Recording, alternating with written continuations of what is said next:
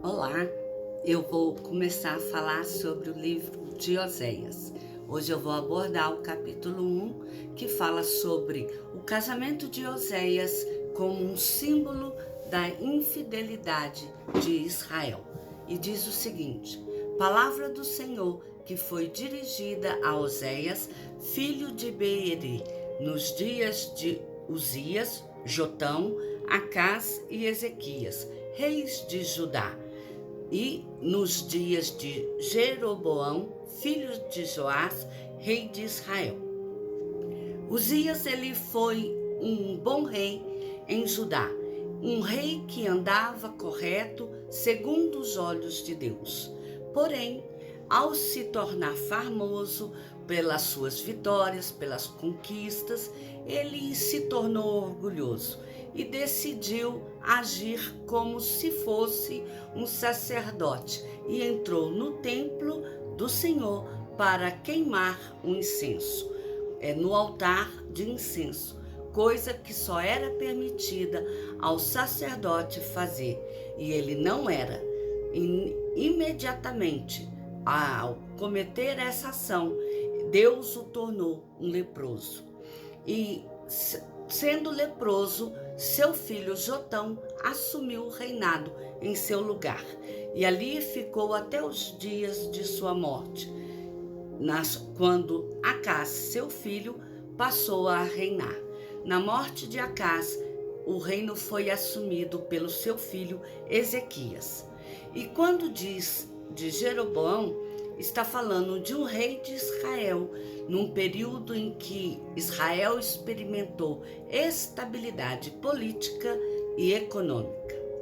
Agora, quando o texto segue, ele diz o seguinte: quando pela primeira vez falou o Senhor por intermédio de Oséias, então o Senhor lhe disse: vai, toma uma mulher de prostituições e terás filhos de prostituição, porque a terra se prostituiu, desviando-se do Senhor.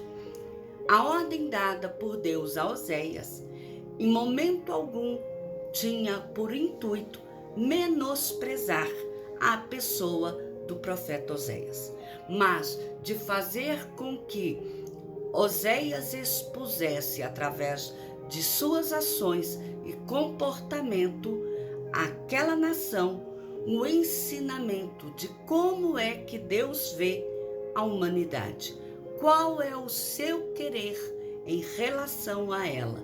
Contudo, como é que essa humanidade, principalmente Israel, tem se portado em relação a Deus. Vai mostrar que o desejo de Deus é um, que o homem tem agido de outra forma e que Deus quer que ele mude seu comportamento para agir de outra maneira.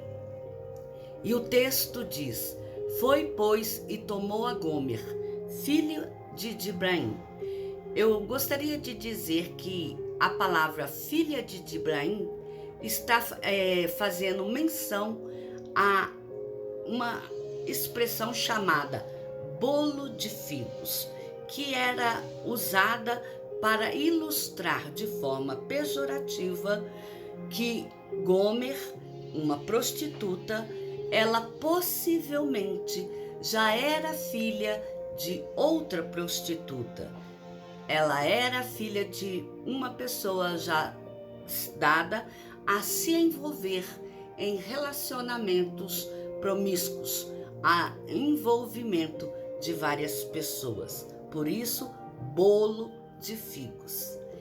E o capítulo ele inicia afirmando que Oséias ele foi um profeta verdadeiro, que recebeu a revelação diretamente de Deus para cumprir aquilo que ele deveria cumprir, agir como ele iria agir e fazer a partir daquele momento o que Deus escolhera para ele ser, que é um representante de Deus na vida do povo de Israel.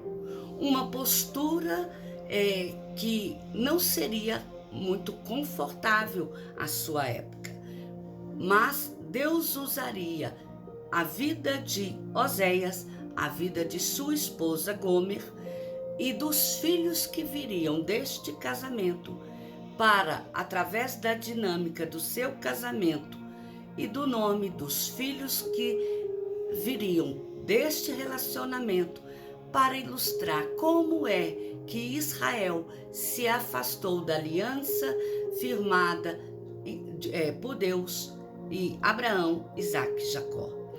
O fato de Oséias casar com uma mulher dada à prostituição descreve o comportamento que o povo de Israel estava tendo em relação à adoração a Deus, mostrando que a sua forma de adorar e de cultuar, ela já havia sido corrompida, ela já estava pecando contra Deus. Pecado que era cometido pela busca de receber favores imediatos, principalmente o de ordem financeira. E diz o seguinte: e ela concebeu e lhe deu um filho.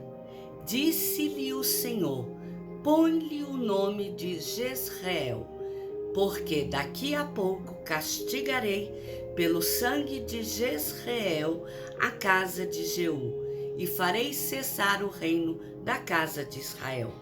Naquele dia quebrarei o arco de Israel no vale de Jezreel. O nome dado ao primeiro filho, Jezreel, ele foi usado para significar que Israel era um lugar de violência, um lugar onde acontecia muito assassinato, onde havia constante derramamento de sangue.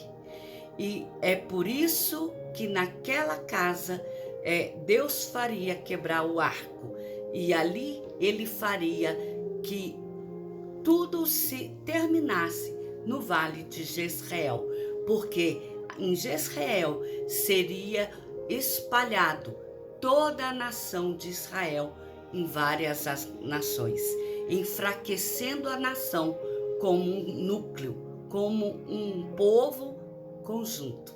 As pessoas seriam dispersas em várias nações. E diz o seguinte: tomou ele a conceber e deu luz uma filha. Disse o Senhor a Oséias: põe-lhe o nome de desfavorecida, porque eu não mais tornarei a favorecer a casa de Israel, para lhe perdoar. Porém, da casa de Judá me compadecerei e o salvarei, e pelo Senhor seu Deus, pois não o salvarei pelo arco, nem pela espada, nem pela guerra, nem pelos cavalos, nem pelos cavaleiros. Essa filha chamada desfavorecida, em algumas Bíblias apresenta o nome que ela seria Lo-Ruhamah, que o significado é desfavorecida ou sem favorecer, sem compaixão, sem misericórdia. E este nome ele mostrava que Deus, ele vai tratar o povo de Israel com mão forte, uma mão que vai pesar no povo sem nenhuma compaixão. Deus vai tratar de acordo com o erro, com o pecado que o povo cometeu.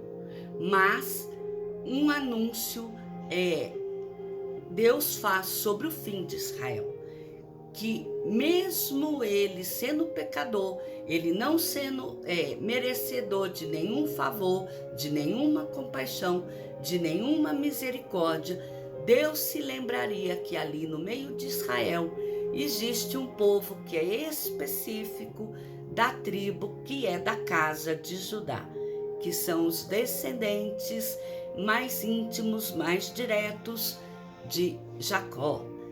E esses filhos, eles seriam preservados, que depois de tirar do meio do povo de Israel, que eles deixariam de se corromper, Deus preservaria a vida desse povo, porque eles se arrependeriam do seu mau comportamento e deixariam para trás todas as suas iniquidades.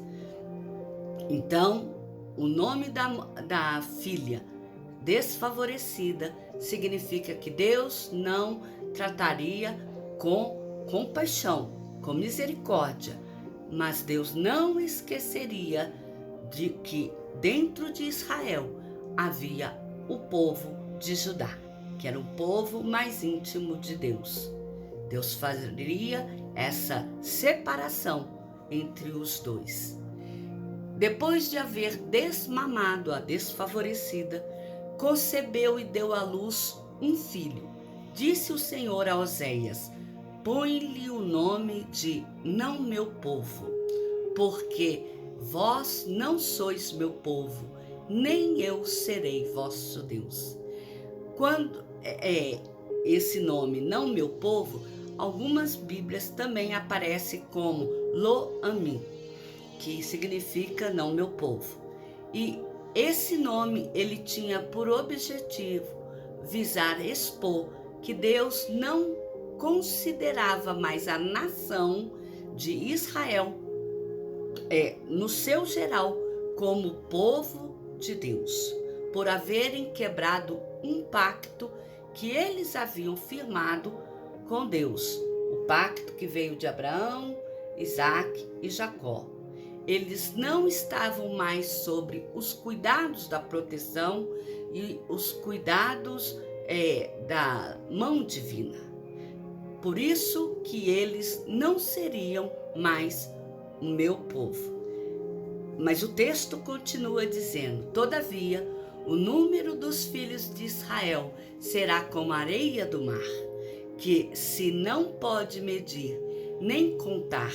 E acontecerá que no lugar onde se lhe dizia: vós não sois meu povo, se lhe dirá: vós sois filhos do Deus vivo. Os filhos de Judá e os filhos de Israel se congregarão e constituirão sobre si uma só cabeça, e subirão da terra, porque grande será o dia de Jezreel.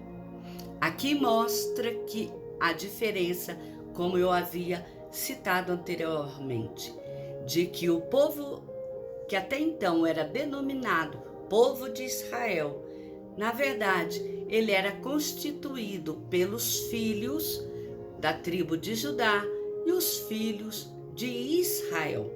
E esses todos, eles se multiplicariam, seriam um povo incontável. E nessa multiplicação, nesse incontar de pessoas, Deus não julgaria todos eles com o mesmo peso e medida, uma vez que os pecados de uns nem sempre foram os pecados que cometeram todos. Uns se mantiveram firmes na promessa e nos preceitos do Senhor.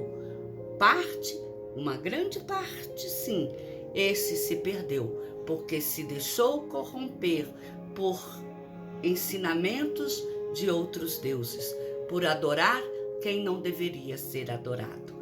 E por isso que fala que Deus vai tratar com eles de forma separada, os filhos de Judá e os filhos de Israel, mas estes se congregarão e constituirão sobre si uma só cabeça e subirão da terra, porque grande será o dia de Jezreel, ou seja, o dia em que Deus fizer a limpa, em que Deus tirar do meio deles aqueles que não devem ser poupados, e levará consigo seguro para formar a Israel apenas aqueles que se mantiveram firmes na promessa e no pacto que tiveram com Deus.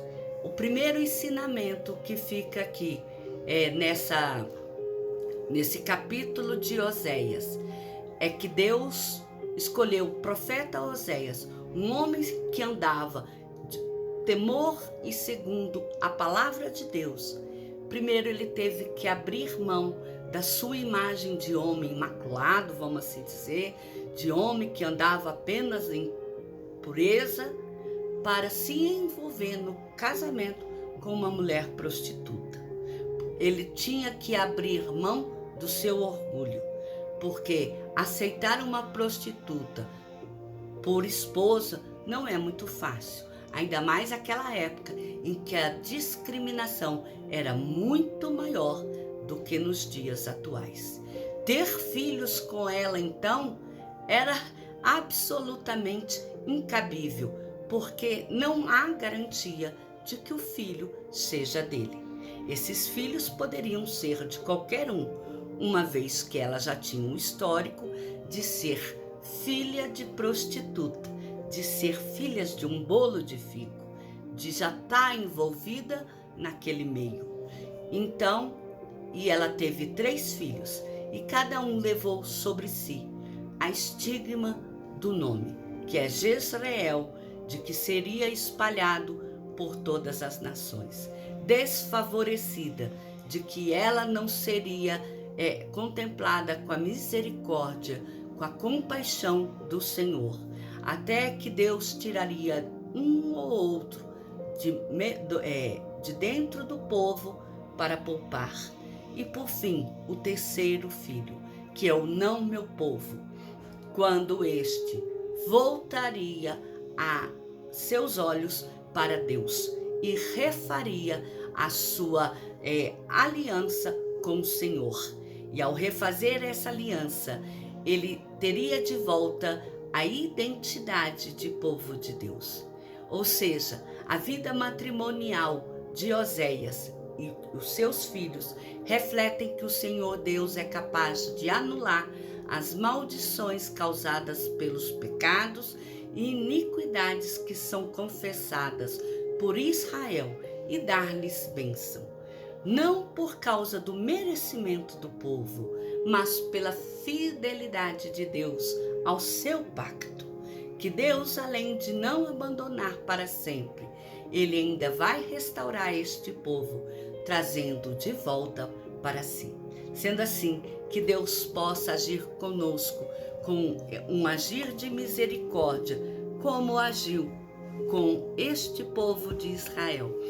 Que mesmo nós não sendo merecedores, Ele olhe para nós e haja um ponto que seja digno de sermos merecedores do perdão divino e que possa refazer conosco um pacto, renovar o pacto e nos dar continuidade de fazer parte do corpo de Cristo, do Filho amado por Deus.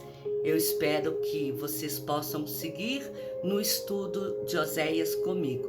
Se possível, vá no meu canal no YouTube, faça sua inscrição.